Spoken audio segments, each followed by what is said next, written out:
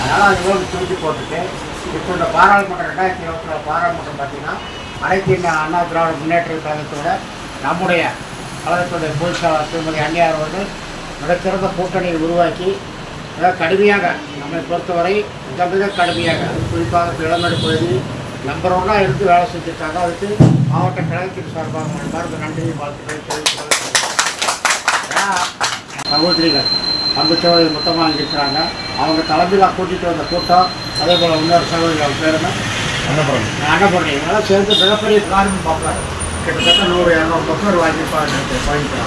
அதே போல் கொடிகள் அப்படித்தான் வீக்கம் பண்ணால் மிகப்பெரிய கொடிகளெல்லாம் கொண்டு வந்ததுடைய விளைவு அனைத்து இந்திய அண்ணா திராவிட கழகத்தையும் நடக்க வைத்த கூட்டம் நம்முடைய தேமுதிக கூட்டம் என்பதை அதான் நாம் கடுமையாக உழைப்பை கொடுக்க வேண்டும். யார் இருக்கிறாங்க அப்படிங்கிறது அவருக்கு முக்கியம் இல்லை. தலைமை சொல்லிட்டாங்க, நாம் அந்த வேலையை கடுமையாக செய்யணும். இதுதான் நம்முடைய இலக்காக இருக்க வேண்டும். ஆகவே பார்த்திங்கன்னா எதிர்காலத்தில் நம்முடைய 2026 மிகச் சிறப்பான முறையில் இருக்க வேண்டும். அதற்கு நம்மை நாமே வழிவகுத்துக் கொள்ள இங்கே இருக்கின்ற அடிப்படை வசதிகள், சாக்கடை வசதிகளுக்கு லைட் எரிய மக்கள் பிரச்சனையோட அடிப்படை வசதிகளை இங்கே இருக்கின்ற நிர்வாகிகள் மாவட்ட செயலாளர்கள் கூட நீங்களாக முன்னின்று எடுத்து செய்ய வேண்டும். ஏன்னா 2026 நிச்சயமாக நாமெல்லாம் ஒரு மாவட்ட உறுப்பினராகவோ மன்ற உறுப்பினர் மன்ற பகுதிகளின் தலைவர்களாகவோ ஏன் சட்டமன்ற உறுப்பினராக கூட வர தகுதியுள்ள இயக்கம் நம்ம தேமுதிக. அதை கூட நம்ம போராடி பெறுவோம்.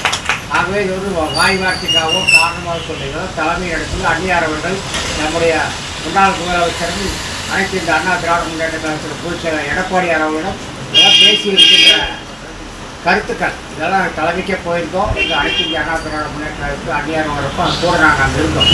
அதனால் சொல்கிறேன், நான் இதெல்லாம் நடைமுறைக்கு சாத்தியமான ஒன்று. ஆகவே தயவுசெய்து நீங்கள் இதை புரிந்து கொள்ள வேண்டும். நமக்கு அந்த கல்வியை நாம் வளர்த்துக் கொள்ள வேண்டும். இப்போ யார் இருந்தாலும் பகுதியில் இருந்தால் அந்த வார்டு என்னங்கிறதா முன்னேற்று யார் நம்மளால் முடியுமோ அந்த வார்டு அது கவுன்சிலராக நிற்க முடியுமோ அதுக்கு தகுதியுடையவர் தாராளமாக அங்கே பணியை எடுத்து நீங்கள் சிறு சிறு மக்களுக்கான தேவைகளை நீங்கள் செய்து வர வேண்டும். அப்பொழுதுதான் உங்களை அடையாளம் காட்டிக்கொள்ள முடியும். இது விளையாட்டுக்காக சீரியஸாக சொல்கிறேன். கடுமையாக போராடி நான் பகுதியில் எது ஸ்ட்ராங்காக இருக்கோ அந்த பகுதியில் மாமன்ற உறுப்பினராக இருக்கக்கூடிய தகுதி உள்ளவர்களை நான் மேலிடத்தில் அடையாளம் கேட்டு அதற்குரிய முயற்சியை கண்டிப்பாக செய்து தருவேன். அதுக்கெல்லாம் நீங்கள் ஒத்துழைப்பு தர வேண்டும் என்று கேட்டுக்கொண்டு, அதே போல் அனைவருக்கும் ஒரே மாதிரி தான் சுவாசிக்கின்ற காற்று கூட ஜாதி பார்த்து வருவது என்று பேசிய தலைவர் என்னடா காசு சத்தாலும் நல்லா கொடுக்கிட்ட 6 மூல குளியில் புதைக்கிறதாடா இதுக்கான வாழ்க்கையை செய்யும் எப்படி தத்துவத்தை அவர் சொல்லிக் கொடுத்து போயிருக்கார் தலைவர்.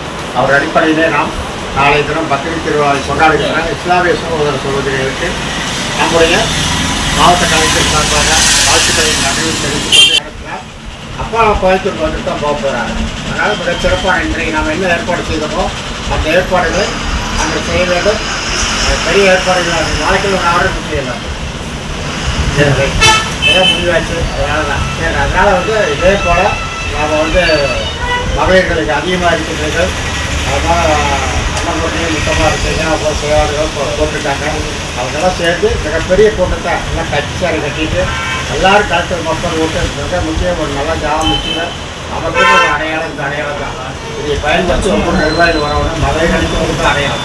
இந்த அடையாளத்தோடு நீங்கள்லாம் கண்டிப்பாக வர வேண்டும் என்ற அன்பு சக்கரையாக உங்களை கேட்டுக்கொண்டு யூத் கம்பெனி பார்த்தீங்கன்னா ஒரு பாதி நீங்கள் நிறைவேற்றி கொடுத்துருக்கீங்க. இன்னும் முழுமையாக வெகு விரைவில் நீங்கள் தர வேண்டும் என்று கேட்டுக்கொண்டு நம்முடைய விருதுநகரில் நடைபெற்றது உங்களுக்கு நான் சொல்லணுங்கிற அவசியம் இல்லை. நம்முடைய அன்பு சகோதரர் விஜய் பிரபாகரன் அவர்கள் தோற்கவில்லை, தோற்கடிக்கப்பட்டார் என்பது தான் நிதர்சனமான உண்மை. 1000 வாக்குகள் வித்தியாசத்தில் வெற்றி பெற்றதை மறைத்து 4 மணியில் எடுத்து 7 மணி வரையிலும் வாக்கு எண்ணிக்கையை நிறுத்தி அந்த மாவட்ட ஆட்சித்தலைவர் தாக்க முடியாத ப்ரெஷர் எனக்கு தாக்க முடியுதுன்ட்டு சுவிட்ச் ஆஃப் பண்ணி போகிற அளவுக்கு அவர் மிகப்பெரிய நெருக்கடியை திராவிட முன்னேற்ற கழகம் செய்திருக்கின்றது. இப்படி ஒரு வெற்றியை செய்கிறதுக்கு அதுக்கு வேறு போல செஞ்சுட்டு போயிடலாம். அதுவும் கேவலமாக இருக்கிறது. இதே பார்த்தீங்கன்னா 87 அண்ணா நகரில் கருணாநிதியும் அவர் எழுத்து கட்சி அட்டையில் இருந்தாங்க. அன்றைய தினம் நம்முடைய மக்கள் வாழ்வுத்துறை அமைச்சராக கட்சியில் இருந்தேன். ஆனால் கலைஞர் அவர்கள் தோற்றாங்க. அதுதான் உண்மை அண்ணா நகரிலே. ஆனால் பெருந்தன்மையோட புரட்சி தலைவர் எம்ஜிஆர் அவர்கள் அண்ணாதுரை மிகப்பெரிய மனிதர், அவர் தோற்ற வேண்டாம்னு கட்சி அண்டையை தோற்றடித்து கருணாநிதி வெற்றி பெற்றதாக அறிவித்தவர் நம்முடைய சிகப்பு எம்ஜிஆர் அவர்கள் அந்த நன்றி கூட இருக்குல்ல. அந்த 40க்கு 40 4 மணிலேருந்து பேட்டி கொடுத்துருக்குறாங்க. எண்ணி முடிக்கப்பட்ட நேரம் வேலை தெரியுமா? இரவு 1 மணி, நடுநிச்சு 1 மணிக்கு தான் அந்த பாட்டு பதிவே முடிவு. ஆனால் 4 மணிக்கே வந்து காலையில் 40க்கு 40 பேட்டி கொடுத்துருக்காங்க. அப்போ இது திட்டமிட்ட சதி. ஆகவே நம்மை பொறுத்தவரையில் இப்போ மேல்முறையீடு பண்ணியிருக்கிறோம். தேர்தல் கணக்கில் கொடுத்ததுக்கு அவங்க வந்து பதில் சொல்லிட்டாங்க. இது வந்து எல்லாமே வந்து ஜனாதிபதியிட்ட நாங்கள் ஒப்படைச்சிட்டோம், அதனால் மறு வாக்குப்பதிவு என்பது நடத்த முடியாதுன்னு ஒரு அறிக்கையை கொடுத்துருக்காங்க. இவங்க அடுத்து நாம் செய்ய வேண்டியது தலைமை கழகம் செய்ய போகிறது உச்சநீதிமன்றத்தை நாம் அணுக போயிருக்கின்றோம். இந்த வெற்றியை மீண்டும் வந்து எங்களுக்கு மறு வாக்குப்பதிவு நடத்த வேண்டும் என்று கோர்ட்டுக்கு தான் போயாகும். அந்த வேலையை வந்து இன்றைக்கு நாளைக்குள்ள கண்டிப்பாக தலைமை கழகம் செய்துவிடும் என்ற நம்பிக்கையில் நிச்சயமாக மறு வாக்குப்பதிவில் நம்முடைய இளைய கேப்டன் விஜய் பெறுவாரும் நிச்சயமாக வெற்றி பெறுவார் என்ற நம்பிக்கை நமக்கெல்லாம் இருக்கிறது.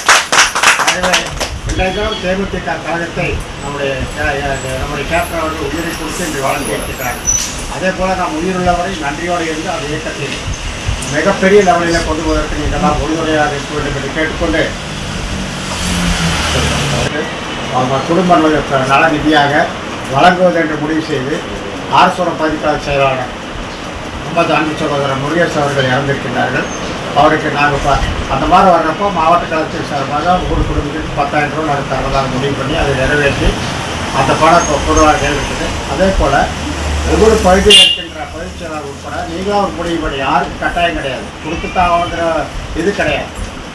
ஒவ்வொருத்தர் உதவி செய்தால் அந்த குடும்பம், ஏன்னா 2 பேர் ஒரு பையன் ஒரு பொண்ணு இருக்காங்க. பையன் ஐடியில் ஒர்க் பண்ணுறப்ப பொண்ணு வந்து அடுத்து படிக்க முடியாமல் +2 நிற்கிறாங்க.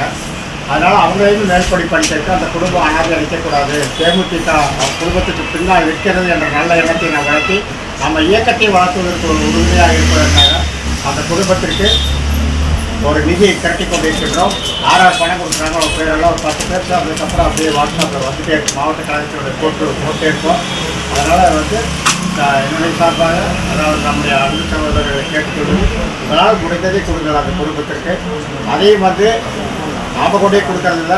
வர 30ஆம் தேதி அன்னி கல்யாணத்துக்கு வர்றாங்கள முடிந்த அளவுக்கு அந்நியாரையும் அவங்க வீட்லேயே போய் அந்த பணத்தை கொடுக்கறதுக்கு உண்டான ஏற்பாடுகளை செய்து வருகிறேன் என்ற உறுதியை செய்கிறேன். ஏன்னா அப்படி போய் கொடுக்குறப்ப தான் அந்த அமைச்சர்களாக பார்ப்பாங்க. பரவாயில்ல கட்சியில் தேமுதிக ஒரு வார்டு செயலாளர் இருந்தாலும் கூட கலர் பொதுச்செயலாளர் வந்து கொடுக்குறாங்க அப்படிங்கிற எண்ணத்தை நான் வளர்த்தினா தான் தேமுதிக வளர்த்த முடியும் என்ற நல்ல எண்ணத்தின் அடிப்படையில் உங்கள் அனைவரையும் அன்போடு கேட்டுக்கொள்கிறது. முடிந்தவர்கள் எவ்வளோ கொடுத்தாலும் சரி அது கொடுத்து ஒரு பேச்சு பயிற்சி ஏதாவது 6 பேர் கொடுக்குறாங்க எழுதி ஒரு கிடத்துக்கு ஆள்காட்டி வருதுங்களா, ஆள்காட்டி வர்றது வந்து துண்டாயிருக்குது. அதுக்கு வந்து டைமிங் கோயில் கூட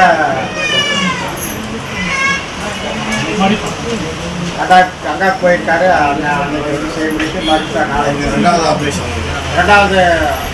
ஆப்ரேஷன் செய்வதாக அதுக்கு ஒரு 30,000 ரூபா அவர் கேட்டிருக்காரு.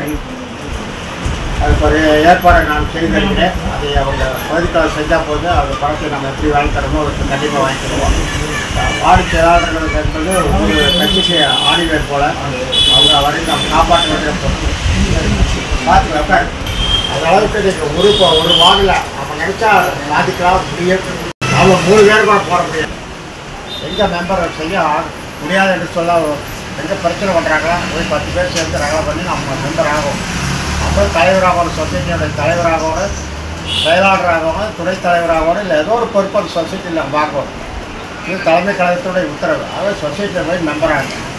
நாங்கள் ஆல்ரெடி நானும் ஒய்ஃபெல்லாம் மெம்பராக இருக்கிறோம். கண்டிப்பாக அடுத்ததில் வந்து நம்ம அந்தளவுக்கு போகிற அவசியம் இல்லை. நீங்கள் அந்த மெம்பராக இருந்தால் தான் நம்ம நாளே வறுமை ஒழிப்புத்தரமாக தான் கொண்டாடிட்டு இருக்கிறோம். அப்படி எந்த காரணத்தினால் அந்த மாதத்தில் ஏதோ ஒரு நாளை நாங்கள் அங்கே கல்வெட்டு பழைய கல்வெட்டாக இருக்குது அதை மாற்றுறாங்க. அவங்க கொடியேற்றம் வைக்கிறாங்க, நலத்திட்ட உதவி கொடுக்குறாங்க. அதுக்கு விஜய் பிரபாகர் அவர்கள் அழைத்து வர வேண்டும் என்ற கோரிக்கையை வைத்திருக்கிறார்கள். அடுத்த வாரத்தில் நம்ம வந்து பண்ணுறோம். அப்படி வர்றப்போ அதை நீங்களும் பயன்படுத்திக் கொள்ள வேண்டுமாய் கேட்டுக்கொள்கிறோம். இது என்ன செய்கிறீங்களோ நீங்கள் ஒரு தீர்மானம் போட்டு முடிவு பண்ணி சொல்லுங்கள். அதே ஒரு சிறப்பான முறையில் தம்பியை வந்து அங்கே முடிச்சுட்டு அப்படி இங்கே வர மாதிரி நான் பண்ணித்தரக்குண்டான வழிகளை கண்டிப்பாக செய்து தருகிறேன் என்ற உறுதிமொழியை உங்களுக்கு கூறிக்கொண்டு பகுதி கழகத்தின் சார்பாக பூர்த்தி செய்யப்பட்ட வாக்குச்சாவடி மூலம் விண்ணப்பங்களை மாவட்ட கழகம் பெற்றுக்கொண்டு மாநில தலைமையிடம் சமர்ப்பிப்பது என முடிவு செய்யப்பட்டது. ஒவ்வொரு தீர்மானத்துக்கு ஒரு கைதட்டினா பரவாயில்ல. அதேபோல் இளைஞர் பகுதி சிங்கப்பகுதி கழகம் புதிய நிர்வாகிகளாக தேர்வு செய்யப்பட்டுள்ள பகுதி நிர்வாகிகளுக்கும் அணி நிர்வாகிகளுக்கும் வார்டு கழக நிர்வாகிகளுக்கும் மாவட்ட கழகத்தின் சார்பாக மனமார்ந்த வாழ்த்துக்களை தெரிவித்துக் கொள்கிறேன். தீர்மானம் 4 2024 பாராளுமன்ற தேர்தலுக்காக தேர்தல் விதிமுறைப்படி கலற்றி வைக்கப்பட்டுள்ள அனைத்து வார்டுகளில் உள்ள கொடிக்கம்பங்களை புதுப்பித்து பெயிண்ட் அடித்து புதிதாக வர்ணம் பூசி பழைய கயிறுகளெல்லாம் மாற்றி புதிய கயிறுகள் செய்து கம்பத்தினுடைய சுற்றளவு குறைந்தபட்சம் 3 இன்ச்சு இருக்கும். 1/2 இன்ச்சு 3/4 இன்ச்சு 1 இன்ச்செல்லாம் ஆகாது. குறைந்தபட்சம் 3 இன்ச்சு இருந்தால் தான் கொடிக்கம்பம் மாதிரி தெரியும். அது ஒரு பீடமாக அமைத்து கீழே ஒரு ஃப்ளாஷ் போட்டு கலெக்டர் மாதிரி வச்சுட்டிங்கன்னா அந்த எலெக்ஷன் டைமுக்கு பார்த்தீங்கன்னா அடியோடு எடுக்க வேண்டிய அவசியம் இல்லை. நட்டு கலெக்டாக போட்டு வச்சுக்கலாம். இதோட இப்போ அது கூட கலெக்ட வேண்டிய பொது மருத்துவ சிகிச்சை முகாம் பொதுமக்களுக்கான அடிப்படை பிரச்சனைகளை ஒவ்வொரு வார்டு கழக முன்னின்று அவங்களுக்கான நடவடிக்கை எடுப்பது என்று ஏகமனதாக முடிவு செய்யப்பட்டது. அதே போல் நம்முடைய ஏற்கனவே சொன்னதான் நம்ம நிலை கேப்டன் எப்போ வர்றாரோ அதே 18 வர்றதாக ஒரு செய்தி வந்திருக்கின்றது. அதை அந்த கோபியில் நடக்கின்றது. இன்றைக்கு நடப்பது கட்சிக்காரருக்கு, அங்கே நடப்பது அவர் உறவினர்களுக்கு தனித்தனியாக ஃபங்க்ஷன் வச்சிருக்கார் செங்கோட்டையன் அவர்கள். கண்டிப்பாக தம்பியாக வருவதாக உறுதியாகிருக்கின்றன. ஏன்னா அன்னைக்கு 30ஆம் தேதி பிறந்தநாள் விழாவை வறுமைகளுக்கு திருவிழாவாக நடத்துவது என்று முடிவு செய்யப்பட்டு கொடியேற்று விழா, நலத்திட்ட உதவிகள் வழங்குதல் மற்றும் வரதாஜபுரம் மேட்டில் அமைந்துள்ள பழைய கல்வெட்டை புதுப்பித்து புதிய கல்வெட்டு அமைப்பது எனவும் விழாவிற்கு இளைய கேப்டன் விருதுநகர் வெற்றி வீரர் விஜய் பிரபாகரன் அவர்களின் அழைப்பதென ஏகமனதாக முடிவு செய்யப்பட்டிருக்கிறது. ஆகவே அதையும் உங்களுக்கு ஒரு தீர்மானமாக நீங்களும் நிறைவேற்றி நீங்களும் அந்த கல்வெட்டை உடனடியாக அதுக்குண்டான ஆவணங்களை கொடுத்து நேரடியாக சென்று நாம் ஏன்னா இருக்கிற எல்லாருமே சாட்சி சொல்ல தயாராக இருப்பாங்க. யாரும் இதை எடுத்து சொல்ல போகிறது. அதனால் முறையாக தம்பியை வர வச்சு நீங்கள் என்னென்ன பண்ணுறீங்கன்னு ஒரு முடிவு சொல்லுங்கள். அது தம்பி இங்கேயே வர வச்சு மிகப்பெரிய விழாவாக கேப்டனுடைய பிறந்தநாள் விழாவை அன்றைய தினமே முடியாவிட்டாலும் அந்த வாரத்தில் 1 மாத காலம் நமக்கு கால நேரங்கள் இருக்கின்றது. ஆகவே அந்த நேரத்தில் ஏதோ ஒரு நாளிலே நாம் விழாவை சிறப்பாக கொண்டாடுவதென முடிவு செய்து கொண்டு வீழ்வது நாமாக இருப்பதும் வாழ்வது தமிழாக இருக்கும் என்று கூறி நம்முடைய தேமுதிகவை வளர்ப்போம், கேப்டனுடைய புகழை பரப்போம், அந்நியார் கரங்களுக்கு வலு ஏற்போம் என்று கூறி வந்திருந்த உங்கள் அனைவருக்கும் மாவட்ட கலெக்டரின் சார்பாக இடம்பெறுகின்ற அனைத்து நிர்வாகிகளுக்கும் கால நேரம் பெயர் சொல்லாமல் இருக்கிறது தப்பாக நினைக்கிறார்கள்.